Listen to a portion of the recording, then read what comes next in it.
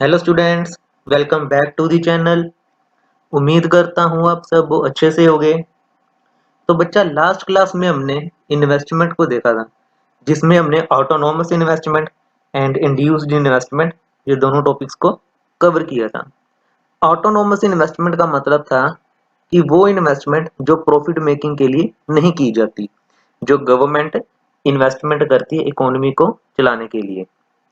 और दूसरी तरफ था इंड्यूस्ड इन्वेस्टमेंट। इंड्यूस्ड इन्वेस्टमेंट का मतलब था वो इन्वेस्टमेंट जो हम प्रॉफिट मोटिव के हिसाब से करते हैं। जैसे जैसे इनकम इंक्रीज होगी, वैसे वैसे मेरी इन्वेस्टमेंट भी क्या होगी, इंक्रीज होगी। तो बच्चा, इन्वेस्टमेंट की तो हम बात कर रहे हैं, but what is the right time to invest? हम कब इन्वेस्ट करें, हमें कब इन्वेस्टमेंट करनी चाहिए? तो जो हम कह रहे हैं कब हमें इन्वेस्ट करना है या कब हमें इन्वेस्टमेंट करनी चाहिए, तो वो आज के टॉपिक पे बेस है। And that topic is determinants of investment. जब भी हम कोई इन्वेस्टमेंट करेंगे तो उसके दो फैक्टर्स इंपॉर्टेंट है। The decision to invest in a new project depend upon two factor. One is MEI, जिसको हम कहते हैं marginal efficiency of investment, and the second one is ROI, जिसका मतलब है रेट ऑफ इंटरेस्ट। तो जब भी इन्वेस्टमेंट करेंगे हमें ये दो फैक्टर्स या हमें ये दो डिटर्मिनेंट्स को देखना पड़ेगा। सबसे पहले अगर हम बात करें MEI की, marginal efficiency of investment. Marginal efficiency of investment का क्या मतलब हुआ? बच्चा, marginal efficiency of investment means मैं कोई इन्वेस्टमेंट कर रहा हूं, मैं कोई इन्वेस्टमेंट कर रहा हूं और मेरे को उम्मीद है कि मेरे को उस इन्वेस्टमेंट से 10% की रिटर्न मिलेगी या फिर 12% की रिटर्न मिलेगी। एक एग्जांपल लेते हैं। सपोज करते हैं मैंने 1 लाख रुपीज क्या करने, इन्वेस्ट करने। मैंने 1 लाख रुपीज क्या करने, इन्वेस्ट करने, और मेरे को उम्मीद है कि मेरे को इससे 10% आएगा। मेरे को कितनी रिटर्न आएगी? 10% की रिटर्न आएगी। अगर मेरे को 10% की रिटर्न आएगी, इट मीन्स मैं हर मंथ कितने रुपीज अर्न करूंगा? 10,000 रुपीज। ये मेरी क्या होगी? MEI। इसको क्या कहेंगे हम? MEI, marginal efficiency of investment. But जो मैं पैसे इन्वेस्ट करूंगा, हो सकता है मैं उसको कहीं से उधार में लोन ले लूं, मैं कोई लोन वगैरह ले लूं। वैसे भी अगर गवर्नमेंट है, मैक्रो इकोनॉमिक्स की बात कर रहे हैं, अगर गवर्नमेंट कोई इन्वेस्टमेंट करेगी तो वो लोन लेके करेगी। तो अगर गवर्नमेंट कहे कि मेरे को 10% की रिटर्न मिल रही है और मेरे को 10,000 रुपीज अर्न हो रहे हैं, और वही जो 1 लाख रुपीज उसने लोन के रूप में लिए, उस पे वो इंटरेस्ट दे रही है 12%। इट मीन्स वो कितना इंटरेस्ट पे करेगी? हर मंथ 12,000 इंटरेस्ट पे करेगी। अब मेरा एक्सपेंडिचर कितना हुआ? 12,000। इनकम कितनी हुई मेरी? 10,000। तो मेरे को आप बताओ कि आप इस चीज में इन्वेस्ट करोगे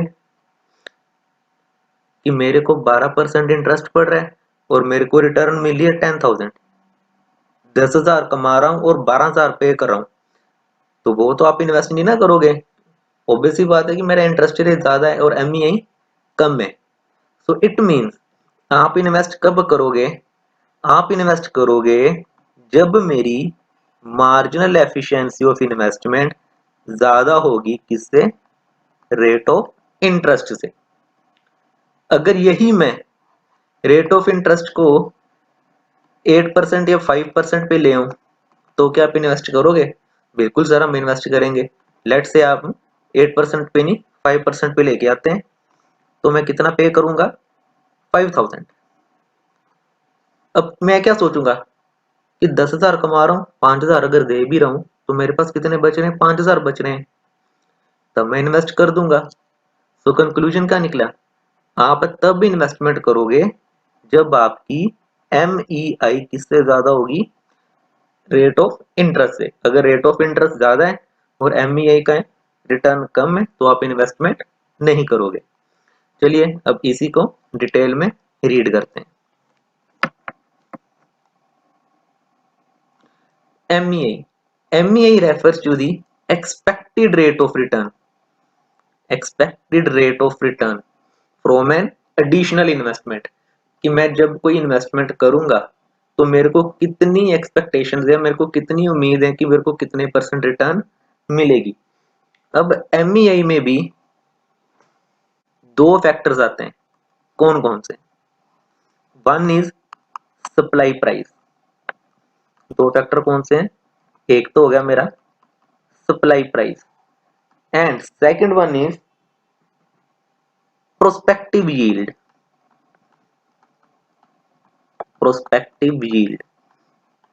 एक मेरा क्या हो गया? Supply price and second one is prospective yield.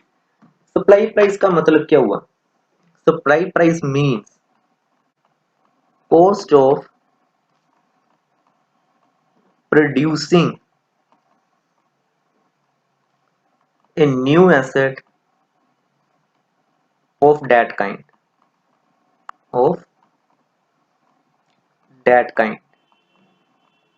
अब मतलब क्या हुआ? फॉर एग्जांपल मैं कहता हूं मैंने ना मशीन रिप्लेस कर दी, मशीन को रिप्लेस कर दिया विद न्यू मशीन। मैंने मशीन को रिप्लेस कर दिया विद द न्यू मशीन 10,000 में। So this is my supply price, easy PG. और दूसरी तरफ प्रोस्पेक्टिव यील्ड का क्या मतलब हुआ? Net rate of return. इसका मतलब हुआ नेट रेट ऑफ रिटर्न। अब इसकी भी एग्जांपल देखते हैं। लेट्स से मैंने जो मशीन रिप्लेस की मेरे को उससे 1200 रुपए की इनकम हो रही है। मेरे को उससे कितने की इनकम हो रही है? 1200 की इनकम हो रही है और 200 रुपए का खर्चा पड़ रहा है। मशीन मैंने रिप्लेस की थी 10,000 में and that is supply price, और जो न्यू मशीन आई उससे मेरे को इनकम हो रही है 1200 की और खर्चा पड़ रहा है 200 का। इट मीन्स नेट कॉस्ट कितनी होगी मेरी? Net receipts 1000। तो मेरा यहाँ पे MEI कितना हुआ? 1000 divided by supply price 10,000 multiply by 100 and that is 10%। ये मेरी होगी प्रोस्पेक्टिव यील्ड। तो MEI भी दो फैक्टर पे डिपेंड करती है, supply price and prospective yield पे। अब आ गया ROI। ROI का मतलब क्या हुआ? ROI means cost of borrowing money for financing the investment। Example याद करो, जब हमने लेक्चर स्टार्ट किया था 1 लाख का, मैंने 1 लाख रुपए इन्वेस्ट करने थे और मैंने कहा था वो 12% पे मैंने लोन के रूप में उधार लिया था, बोरो किया था, और उस पे मेरे को इन्वेस्टमेंट पे कितना रिटर्न आ रहा था? 10%। तो ROI क्या हुआ कि मैं किस रेट पे मनी को बोरो कर रहा हूं। तो अल्टीमेटली कंक्लूजन क्या निकला था? MEI greater than ROI। MEI should be greater than ROI। ROI से ज्यादा होनी चाहिए। ये था मेरा पूरा इन्वेस्टमेंट का, जिसमें हमने डिटर्मिनेंट्स को भी कवर कर लिया और टाइप्स को भी कवर कर लिया।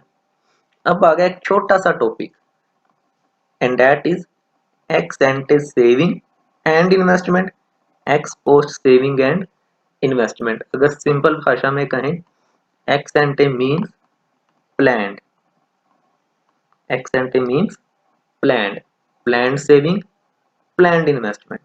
It means ex ante savings and ex ante investment. And ex post means actual. Ex ante planned, ex post actual। खत्म, यही था बस बच्चा। ex post क्या हो गया? actual हो गया, means actual saving and investment, planned saving and investment। ex ante saving and investment, ex post saving and investment। तो बच्चा आज की क्लास में हमने बस इतना ही करना था। अब हम आपको मिलेंगे नेक्स्ट क्लास में। उम्मीद करता हूँ आपको ये वीडियो अच्छी लगी होगी।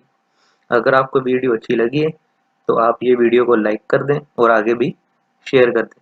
अब हम आपको मिलेंगे नेक्स्ट क्लास में। Till then, thank you, take care and bye bye.